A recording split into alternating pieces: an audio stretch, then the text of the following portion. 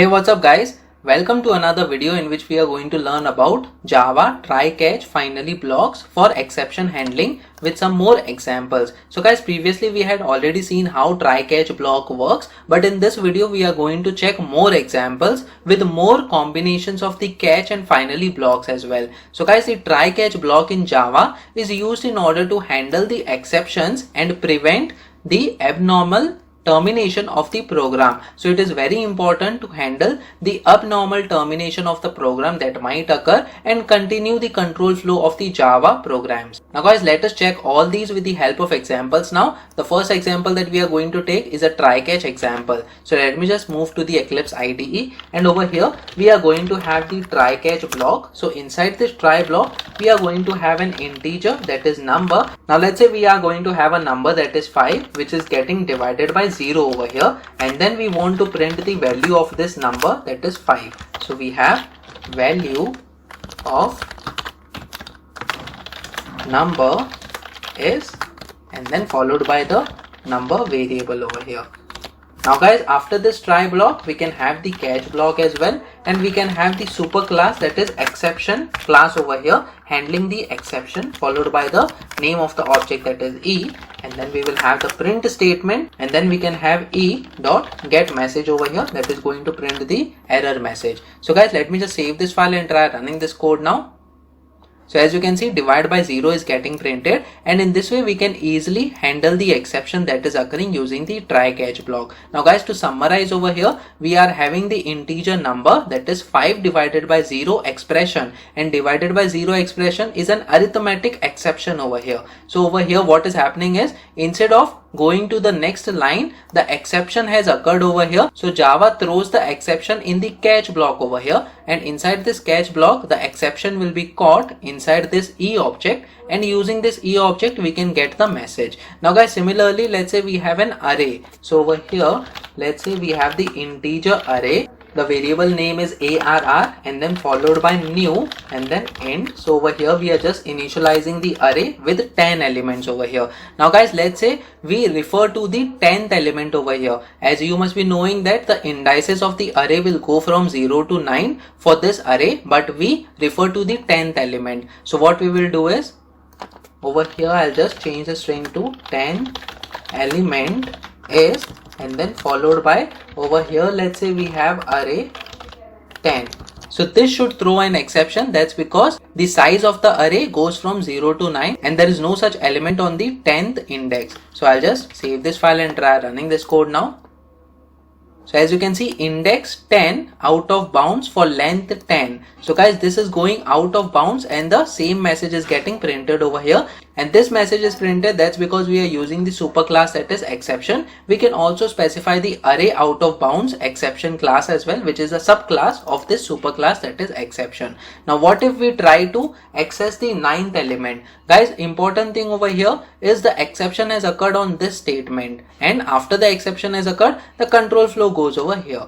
And let me just change this to 9 now. So array 9, let me just save this file and try running this code.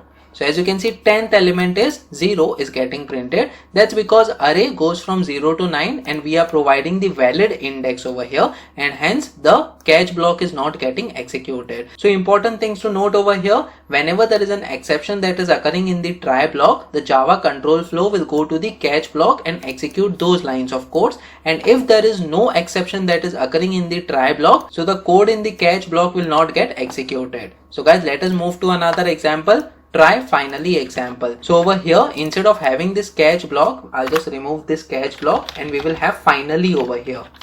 And guys, inside this finally, I will just have the statement, that is we are in finally block. So guys, as I have told you previously, finally block will get executed every time, irrespective whether there is an exception or not over here. So I'll just save this file and try running this code now.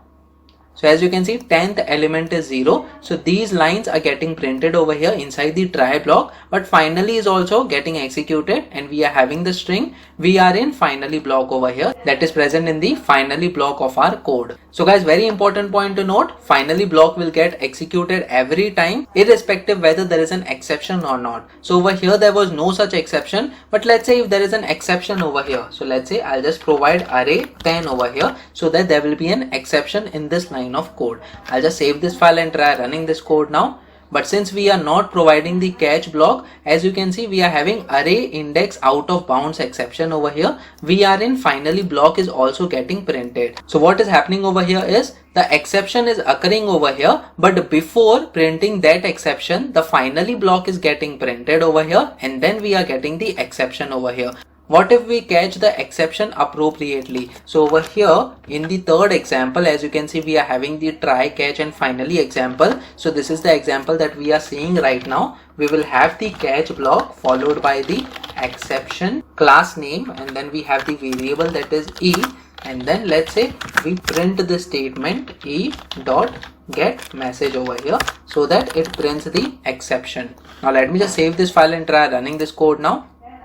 So as you can see, index 10 out of bounds for length 10. So very first thing, exception has occurred in this line of code. So once an exception has occurred, it has found the corresponding catch block over here. So that message is getting printed, and after that the finally is also getting executed over here. So guys, irrespective whether there is an exception that has occurred or not in the try block, the finally block will always get executed. Now let us move to another example.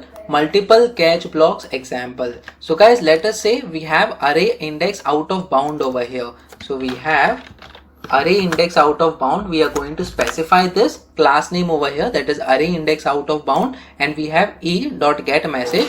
And let's say we have another exception that is occurring. So we are having the array element that is referred by the 9th index over here. So this is going to refer to the last element of the array, and what we will do is we will just provide 10 divided by 0 expression over here. So whatever result is there, it will get stored in this 9th index of the array. But guys, since the expression is 10 divided by 0, this should throw an arithmetic exception over here. In order to catch that, we are just catching the array index out of bound over here right now, but we are not having arithmetic exception. So what we will do is, the very first thing, let me just save this file and try running this code now over here. As you can see, index 10 out of bounds for length 10 is getting printed. That's because we are handling this array index out of bound. But what if this exception doesn't occur? So I'll just change this element to 9th index over here. So array 9 will not throw the array index out of bound, and this will also not throw the array index out of bound. But over here we are having this arithmetic exception over here. That's because we are having the expression as